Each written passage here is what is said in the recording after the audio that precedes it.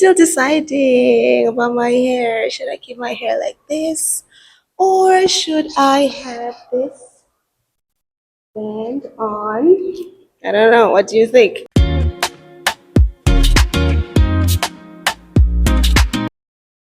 Hello everyone. Welcome to my YouTube channel. My name is Zain Ziane and I'm from the Kingdom of Eswatini. Welcome once again. So, what is happening today? So, as usual, we have a very fun-packed episode to present even today, and I'm so excited because I am doing my very first book recommendation.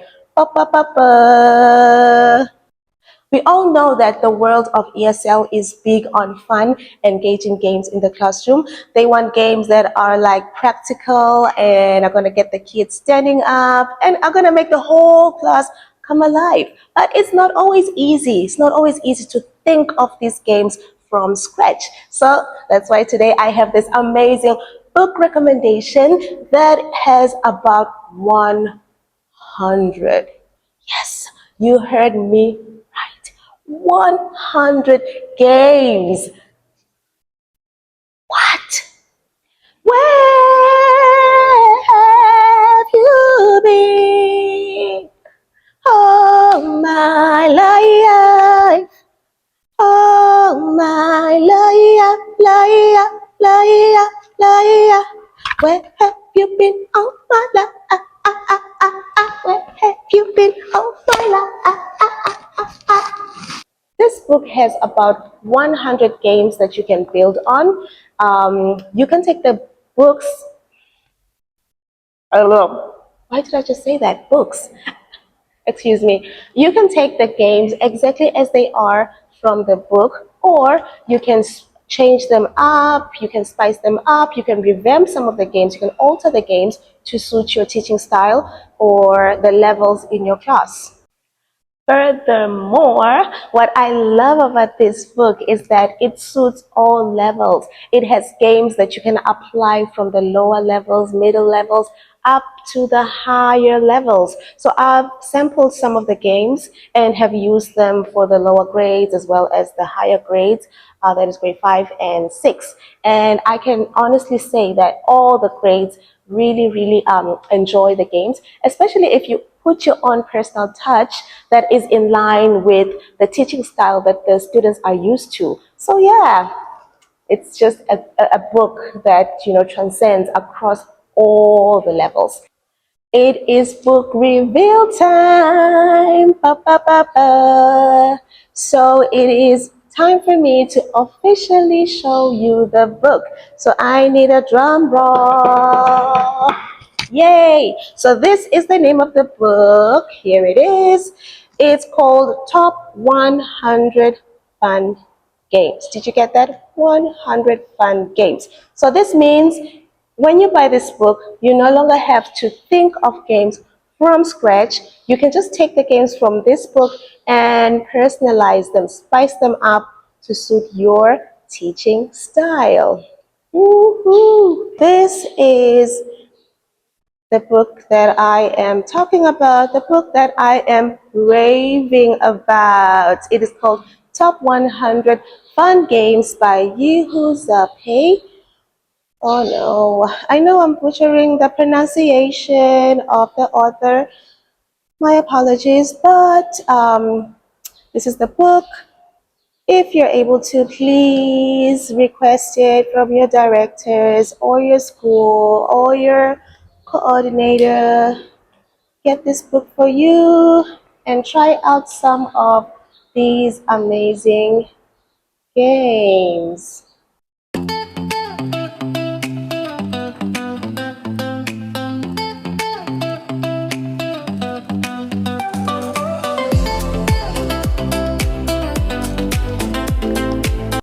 So today I'm going to sample two fun games for you. Very simple. That's what I like about this book. Very simple but effective games. The first game that I'm going to sample for you so that you get motivated to buy it or to request it from your directors, which is the game. This game is called Story Pictures. Yes. The game is called Story Pictures. So let's look at the rules. What are the rules? Very simple. Here, the teaching aids, the book mentions the teaching aids as well. You need pictures of the story, and then it's just you and the students. How simple is that? Oh my God. I love simple yet effective and fun games. So this book is just a book for me.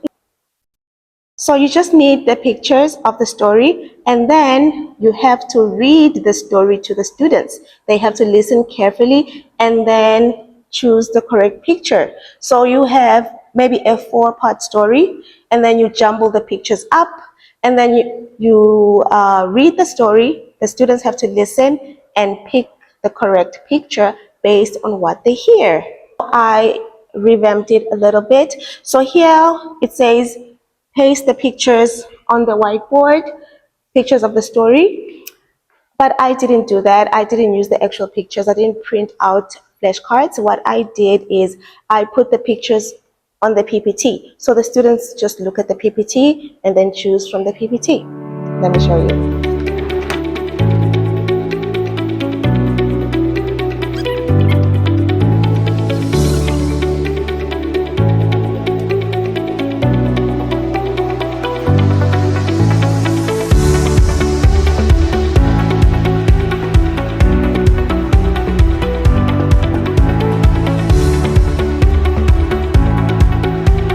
So we have our story here, the cub. How many parts? So it has 7 parts. Yes, it has 7 parts. So we don't let the kids have the book. They have to see the pictures on the PPT and then choose. My co-teacher and I are the ones that read the story. We role play, and the kids have to listen and then choose the correct picture. So how they listen and choose, they work in a group. So like 4 people work together. So we let them listen, and then afterwards we give them 5 seconds to talk amongst each other and choose the correct picture. So we read one picture, and then 5 seconds for the kids to chat a bit about what they heard and the correct picture. And then afterwards, we let them say the answer. So as a team, they have to tell us why they chose a particular picture. So everybody has to give their answer, and then afterwards, they need to explain just one sentence. Why do you say this picture? What did you hear?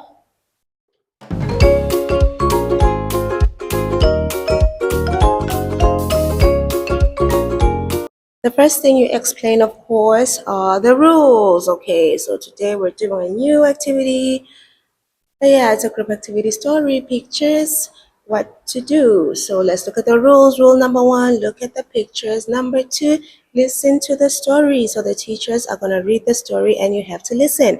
And the last one, choose the correct picture. So if the kids understand the rules, then we move on to the actual story. So the story is 7 parts, but I just put 4 pictures at a time, so that it's easier for they're big enough, big enough for the kids to see, and big enough for them to actually analyze, because if I put all 7, it's going to be difficult for them to analyze what is happening in the story. So maybe we can read part 1. So this is part 1. So they need to listen, or maybe let me not read part 1. Let me move on to, this is the answer. So we share the answer once they choose the correct picture. Let me move on to which part? Maybe I read part 2 because it's a bit short. Okay, let me read part 2. So part 2 says, one day, Norman and Lisa found a cave in the mountains. It was very big. A big black monster. So that's me and the co-teacher reading our part. So we give them 5 seconds to talk amongst themselves and then decide on the picture. Number 2, decide on why that picture is the correct one. So this is where this part comes in, the boxes. So these boxes are just not boxes, they represent the tables or the teams. So when they tell me the numbers they've chosen, they just show by using the fingers, number 4, number 3, number 1. So you just write down the numbers first. Oh, table 1, you want number 1, you want number 1, you say number 3, you say number 4, you say number 1, you say number 2, you say this one. And you're done taking their answers. And then from here, they need to tell you why. Why do they say it's number 1? Why do they say it's number 4? And then we have to come back to the pictures for the second part of the question, the why question. Why do you say it's number 1? So one team can answer. So maybe one team can answer. When they answer, oh, teacher, it's because they say big black monster or something. They can just stand up and tell us and show us, oh, teacher, this is a monster. And then somebody else can say, also, you said there's a cave. We saw a cave. And then they can also highlight that here we have a cave, but we don't see a monster. The why question is very important because it really tests their listening skills and helps them connect what they were listening to the pictures, and then also shows us or demonstrates to us how high the critical thinking really is. So yeah, I really love this activity. It's less work, few materials, but so effective. And as you progress with it, it gets even more exciting, and the kids want to participate more and more as we continue because they want to show us that we heard you say this.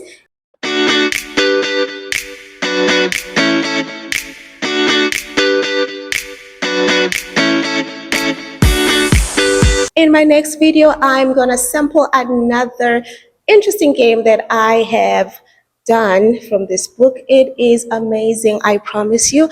I just spruced it up a little bit, just few tricks here and there so that it suits my personal style and also suits the students that I teach. So that's what I like. I don't have to think from scratch, but I can just take what I see in the book and kind of like adjust it to suit me. Yeah, make sure that you try the games as well, and then comment about the games that you've tried, which games did you like, and which games were a no-no. All right, that's the end. Thank you so much for watching, everyone. See you in the next one. Bye.